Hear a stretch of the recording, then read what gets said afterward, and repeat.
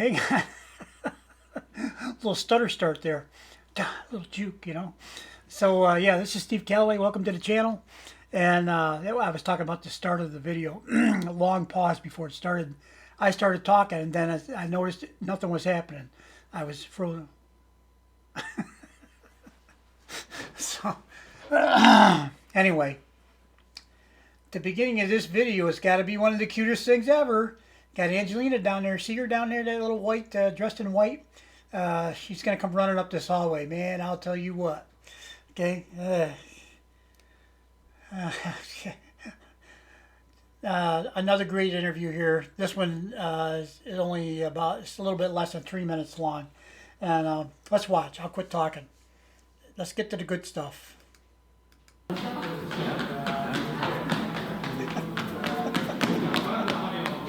jag heter Angelina Jordan.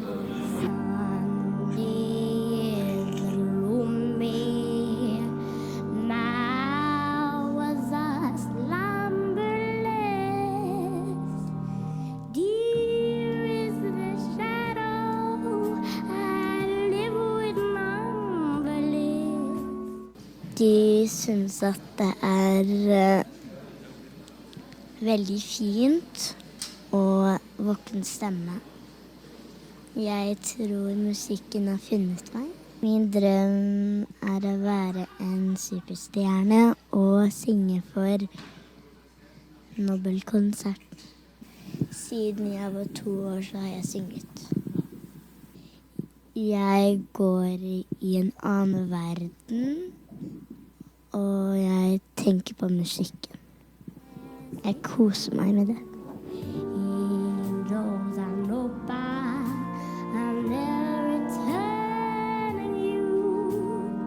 Ja, når jeg var 2 år, så fant jeg fra YouTube.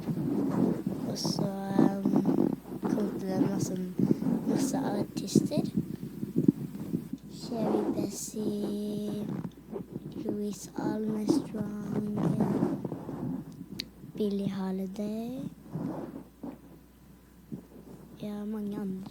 Jeg håper det blir en stor stjerne.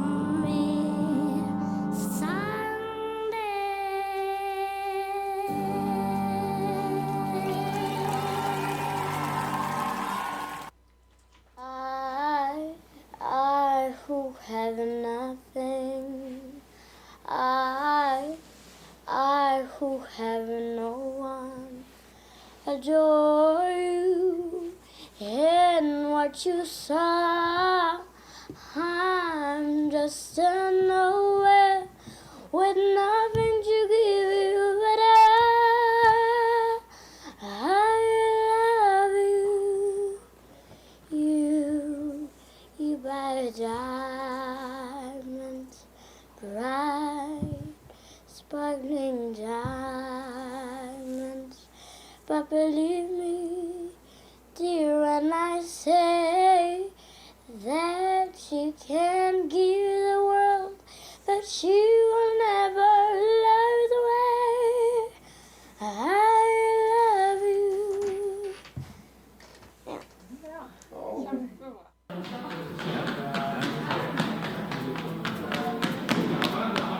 Hei, jeg heter Angelina Jordan.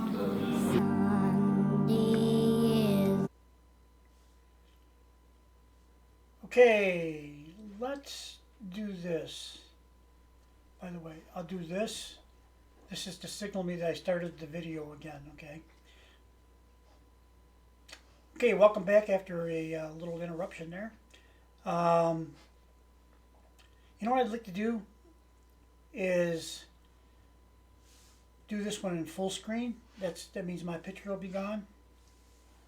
I'm not sure if we're going to be able to pull it off, but we'll give it a shot.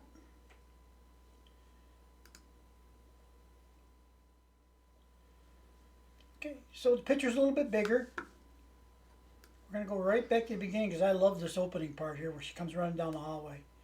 And I'm going to be quiet now, and hopefully we can get through the entire 2 minutes and 51 seconds uninterrupted, and we can enjoy the maximum view of this beautiful interview and moment in time.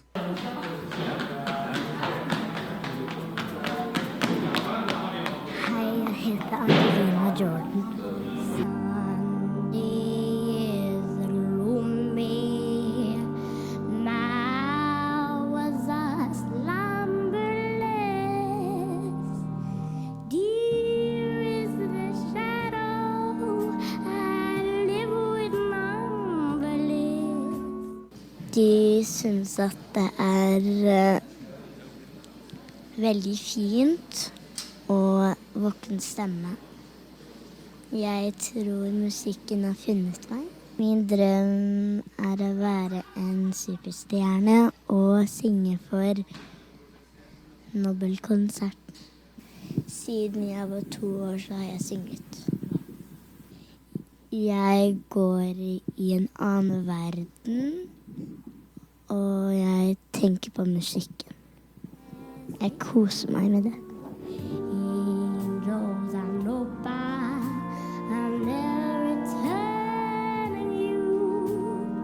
Ja, når jeg var 2 år, så fant jeg fra YouTube, og så kom det masse artister.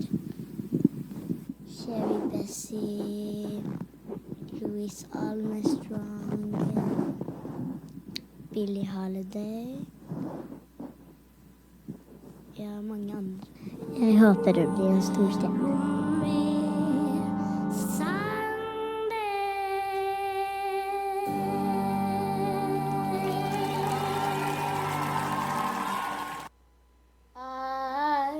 I who have nothing, I who have no one, adore you in what you saw. I'm just nowhere with nothing to give you, but I love you, you buy diamonds, bright, sparkling diamonds, but believe me, dear, when I say that you can give the world, but you will never love the way I love you.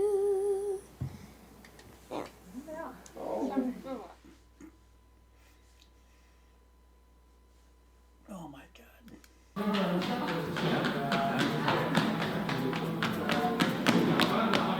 Hei, jeg heter Angelina Jordan. Yes, you are. You are Angelina Jordan. Beautiful. These interviews are not only tell me so much more about Angelina. I mean, this is a real, authentic, genuine, living person. And you know, when I went to go see her in Portsmouth, you know, it's like it's surreal. It really is. I mean, I never consider myself to be a fanboy of pretty much anything. Any real large degree. I kind of take things in stride for the most part. But yeah, I guess I'm a fanboy. I confess. Angelina's the best I've ever heard. And I'm 68 years old, so I've heard a lot. But, you know, she touches my soul, period. And somebody made a comment earlier today, John, said she makes me cry and touches my soul. That because her singing is profound. That is a good way to say it. It is profound. Now, why is it profound? Gotta go one more layer down in, right? Anyway, that's just I think it's, to me, part of life is a curiosity and exploration, right? It's not just experience in the moment. Sometimes you got to go a little bit farther in after the fact, probably. Enjoy the moment in the moment, but then afterwards it's like, well, why'd that happen that way? That's just me. I'm sure there's other people like that, but Most people just take it in stride and off you go on to the next thing. I guess. I don't know. I'm not most people. I'm just me. So anyway, Angelina is a joy, a precious gem, a shining diamond. She is a piece of gold, uh, at this point, freshly unearthed. And as time goes on, she becomes shinier and brighter and crafted into many things. But one thing she's always been is authentic. And another thing she's always been is she was born to sing. You can tell. She loves singing. You can tell that. She loves being on stage. You can tell that. Even at this age, just first time going on stage at Norway's Got Talent on a big stage, not 1 ounce of fear, and nobody had to. Angelina, come on, you got to get out there. None of that. She ran out there. Not the running at the beginning of this, but you know what I'm saying. She goes right, boom, right there, and gets to work, and it's not work for her. She said breathing's like or singing's like breathing. I believe that. I believe that's actually true. And then when she starts singing, she says she goes to another world. Yeah, you know what? When she starts singing, you can see that. She closes her eyes, and it's like it's like that scene in The Wizard of Oz where Dorothy lands the house on the Wicked Witch, opens the door to Munchkin Land, and it goes from black and white to color, right? It's just like that. She goes to a different place. I believe that. I don't know what the place is, and I don't know if other people have a similar experience, but she gets into the song. It's just like she did the one I just did a couple days ago on the Nobel Peace Prize, Unchained Melody. She and that song merge into one piece of art, and it expresses something. And in that case, it was the original song was written out of a certain sense of anguish and longing that people, these people in prison, the guys in prison, have this constant struggle between trying to escape to get back to see their family or letting their sentence run out so they can get back to see their family. There's it's this constant give and take, right? That's what the original song was written for, that movie. And Angelina chose it for his Nobel Peace Prize contest because Narges Comedy is in prison, and her 2 children, twins, boy and a girl, accepted the prize on her behalf. And the strength, the courage, the nobility in all of that, and of course the longing and missing the family and all that has to be a part of it. And it's just, sorry, my hands bumbled onto the keyboard there temporarily. Let's move this to a place where it has a nice picture.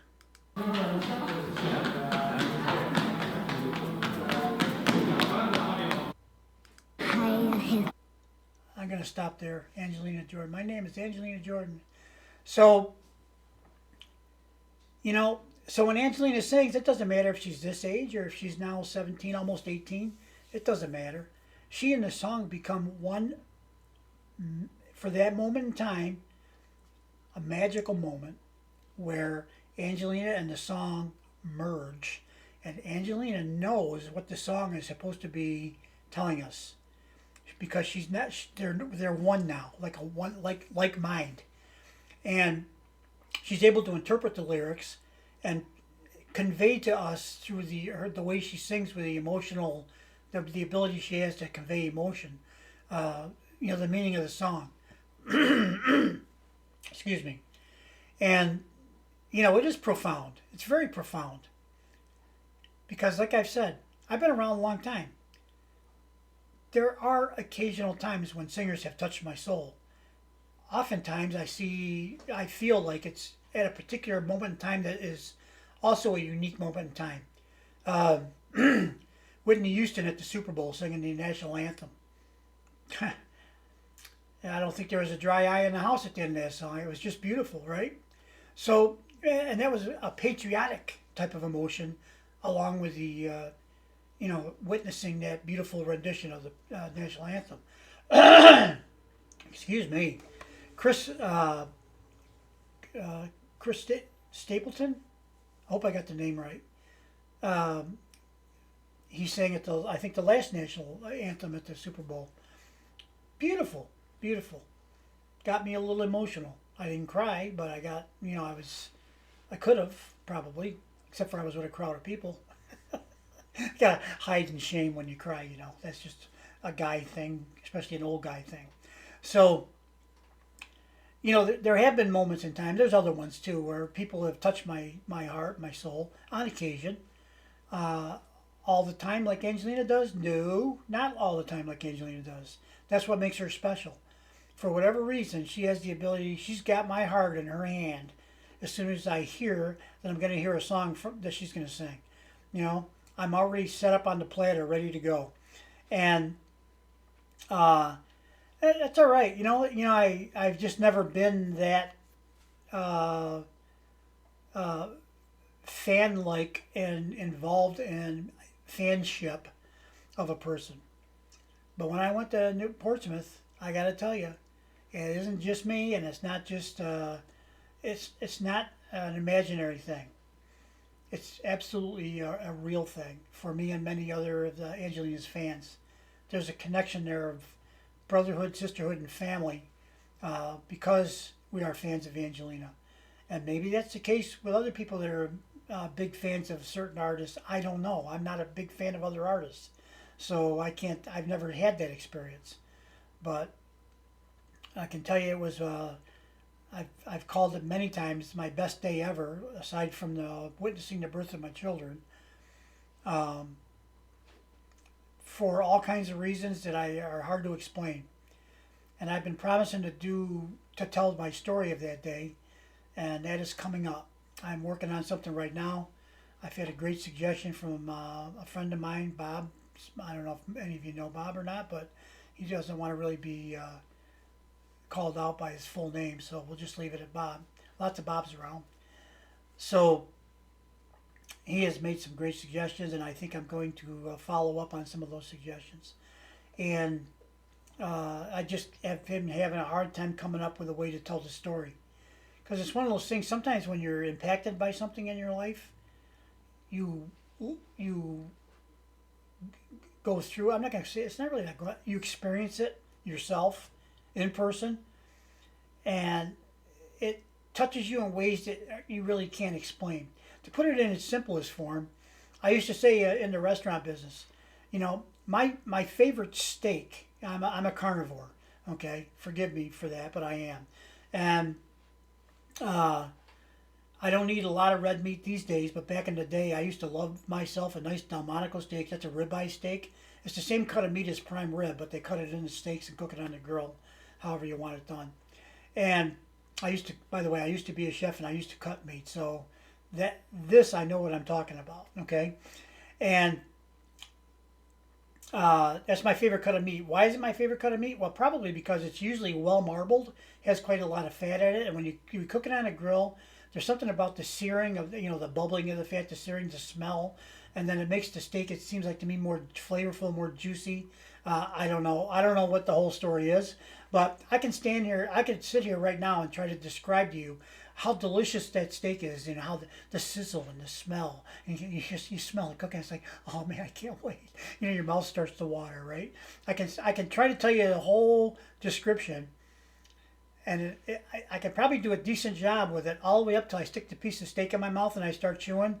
It's indescribable how good that tastes when the steak is done just right, seasoned just to perfection, if seasoned at all. Delmonico's oftentimes I don't feel need a lot of seasoning, maybe just a little. And yeah, it's not an experience that you can easily put into words and share with somebody in an effective way. That's what I think. So I use that example because, yeah, I can tell you, I can try to set a great stage and paint a picture for you of everything up until that moment. But that steak going in my mouth, after that, it's really hard to put it into words. Hopefully the pre-framing of the event is enough to to tell the story, so you don't have to go on with it. But how did I get on that tangent? Well, because I went back to this. John said that her music and her singing make me cry because her singing is profound. I agree. Then I started to dive into profound. Okay, that's what that whole thing was about. So Anyway, let us move on. I think we've seen it in both regular screen and full screen. I've made a few comments, and I think that's the end of it today. Hope you guys enjoy these videos. I really love these little interviews and stuff, these little clips. They just tell us so much more about Angelina as a person, that she is actually a real person. And her goodness, her kindness, her love of music, her love of performing, her love of the stage, her love of pretty much everything is so evident and so apparent.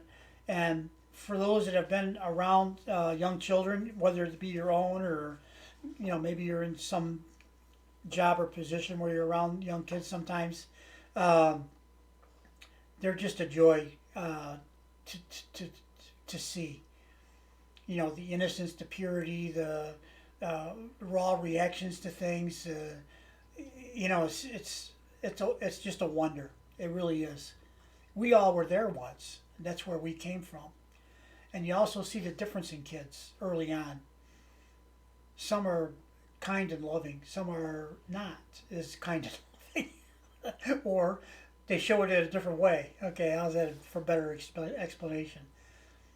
Some seem to, as I said, there's equal amounts of negative and positive energies in the world. Well, that scale just keeps going back and forth, right?